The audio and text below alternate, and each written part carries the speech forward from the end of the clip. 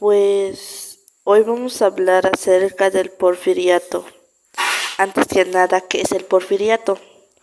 Fue un periodo de la historia política de México durante la cual gobernó el país el general Porfirio Díaz entre el año de 1876 y el 1911.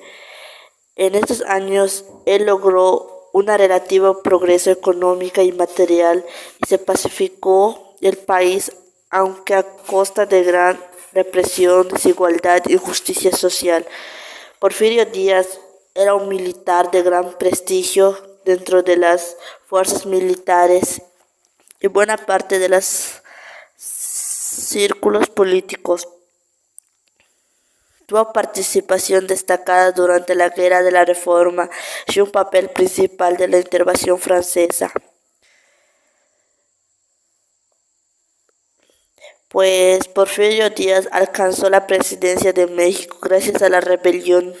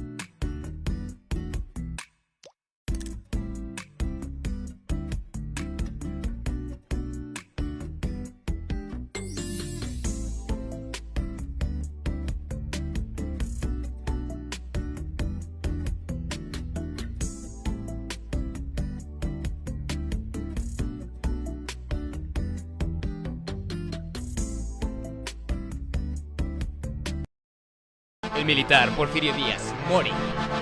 En esta canción venimos a hablar sobre un conocido dictador quien nació en Oaxaca, México, un 15 de septiembre. Una epidemia arrasó y de chiquillo Huérfano, los dejó pues sin su padre, a los 3 años se quedó. Familia, guardería y más, oficios 10 años después es el seminario, pero Leyes estudió porque el seminario no la apeteció. Las leyes también las dejó, pues en la revolución Ayudó. Fue la de Yutla donde luchó, yo soy un militar nació. Porfirio Díaz es militar, un dictador supervillano, autor del porfiriato y el modernismo mexicano. A la guerra de forma se une a pelear como un liberal. Quiere luchar. En un pilar se convirtió de la victoria. Y a sus 37 años, con 37 victorias, se retira de su vida militar para que en la selección presidencial pueda participar contra su antiguo mentor, Benito Juárez, quien por cierto termina como vencedor en el 67, pero nuestro antihéroe no se rinde y lo intenta en el 71 poner de tejada, pero perdió. El Porfirio se encabrió y muy ardido se rebeló. De no reelección una bandera sacó y luego Benito se murió. Porfirio le duele la situación, pero aún así se postuló. Quiere ganar, sí señor, pero el nerd de tejada le ganó. Porfirio Díaz es militar, un dictador supervillano, autor del porfiriato y el modernismo mexicano. Que era pidiendo por favor ganara el Porfirio. Se cansó y se largó de agricultor con el Thanos. Se pequideó para el gobierno derrocar. Él ganó y se manchó y de profesional se colocó. Finalmente lo logró, el viejo ya se colocó. Presidente se volvió y a todos ya gobernó.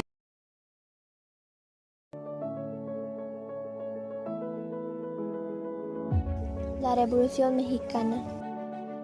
Hace mucho tiempo existió un presidente en el país de México y que gobernó por 31 años. Su nombre era Porfirio Díaz. México era un pueblo muy diferente al día de hoy. Los hombres se dejaban el bigote muy largo y la forma de vestir de las mujeres con dinero era con hermosos vestidos para esa época. El gobierno de Porfirio Díaz fue una dictadura, pero al principio trajo muchas cosas nuevas a México. que venían de España, por ejemplo los trenes. Y las mujeres que no eran ricas vestían con vestidos largos y rebozo. No todos los niños jugaban porque los que no eran ricos tenían que trabajar. En esos tiempos eran muy pocos los adinerados y muchísimos los que eran pobres y trabajaban mucho, pero les pagaban poco. Por eso las personas que sufrían se cansaron. Así que un buen día un hombre llamado Francisco I. Madero, él deseaba ser un presidente, pues ya era muchos años que Porfirio mandaba y las injusticias seguían. Por eso las personas lo apoyaron muy rápido. Sin embargo, esto no le agradó a Porfirio. Entonces llevó a la cárcel a Madero. Pero otros personajes importantes como Pancho Villa y Emiliano Zapata también querían que su mal gobierno terminara. Unieron fuerza para quitarle la presidencia, así que se sumaron al grito de Francisco I. Madero, de no reelección, que significa que se puede gobernar una vez sin repetir su periodo de gobierno. En las elecciones de 1910, Porfirio Díaz le ganó injustamente a Madero por muchos votos, 18.625 de Porfirio en contra de 196 votos que tuvo Madero. Madero, al enterarse de la trampa que le puso Díaz, escapó de la cárcel y huyó a Estados Unidos, donde allí realizó un plan para derrotar a su enemigo, al cual le llamó Plan de San Luis. En el Plan de San Luis, Madero invitó a todo el pueblo mexicano a un levantamiento en armas el día 20 de noviembre a las 6 de la tarde en contra de Porfirio. El 20 de noviembre de 1910, Madero entró a México con un pequeño contingente creyéndose que la habían derrotado. Regresó a Estados Unidos en febrero de 1911. Francisco I. Madero se armó de valor y cruzó la frontera de México para ponerse al frente de la revolución y de tal mismo modo. Pero en Morelos, Francisco Villa se levantó en armas en contra de Porfirio Díaz. Terminados estos movimientos revolucionarios, Porfirio Díaz renunció a la presidencia de México el 25 de mayo de 1911, después de 30 años en el poder. Más tarde parte fuera de la Ciudad de México al exilio. La Revolución Mexicana dejó 1 millón de muertos y destruyó la economía de una parte del país, pero le ganó a la dictadura el 6 de noviembre de 1911.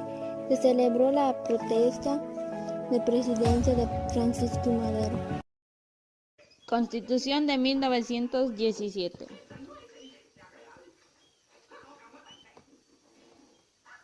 La promulgación de la Constitución de 1917 es el resultado directo de la Revolución Mexicana. Esta Constitución tomó como base fundamental la Constitución de 1857.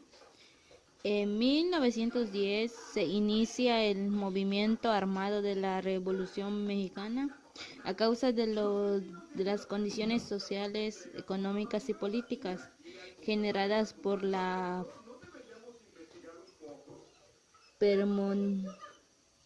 permanencia de Porfirio Díaz en el poder por más de 30 años. Durante su primera gira de propaganda política en representación del partido antirrelacionista, el señor Madero se concretó a combatir con el continuismo al estallar la Revolución Mexicana. El mismo Plan de San Luis Potosí no contenía un programa de reforma social y revolución triunfante. Con la muerte de los señores presidentes y vicepresidentes de la República a manos del usurpador Victoriano Huerta, la mayoría de la Cámara dejó de ser revolucionaria. Huerta quedó al mando gubernamental. El gobernador de Coahuila, don Venustiano, cuando reivindicó el orden constitucional y protestó contra los asesinos de los señores presidentes. y vicepresidentes. Formuló el Plan de Guadalupe y se levantó en armas los gobiernos de Coahuila y Sonora. No podían tener otro estandarte que la Constitución de 1857. La bandera legalista tomó como título el constitucionalista y el señor Carranza se le dio nombramiento de primer jefe del ejército constitucionalista. Al triunfar el movimiento constitucionalista y de acuerdo con el Plan de Guadalupe, el país debería retomar el orden constitucional, más con la victoria se habría presentado problemas. La división del norte al mando del general Francisco Villa dio muestras de completa indisciplina y pretendió de inmediato dominio de la constitución política.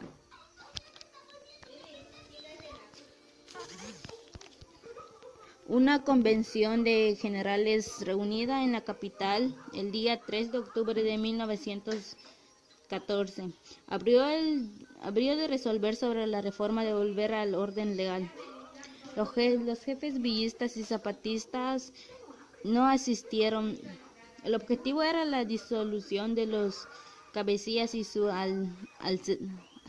alcenarmas, ya que pretendían un orden constitucional que escuchara todas las demandas sociales que el pueblo mexicano expresaba.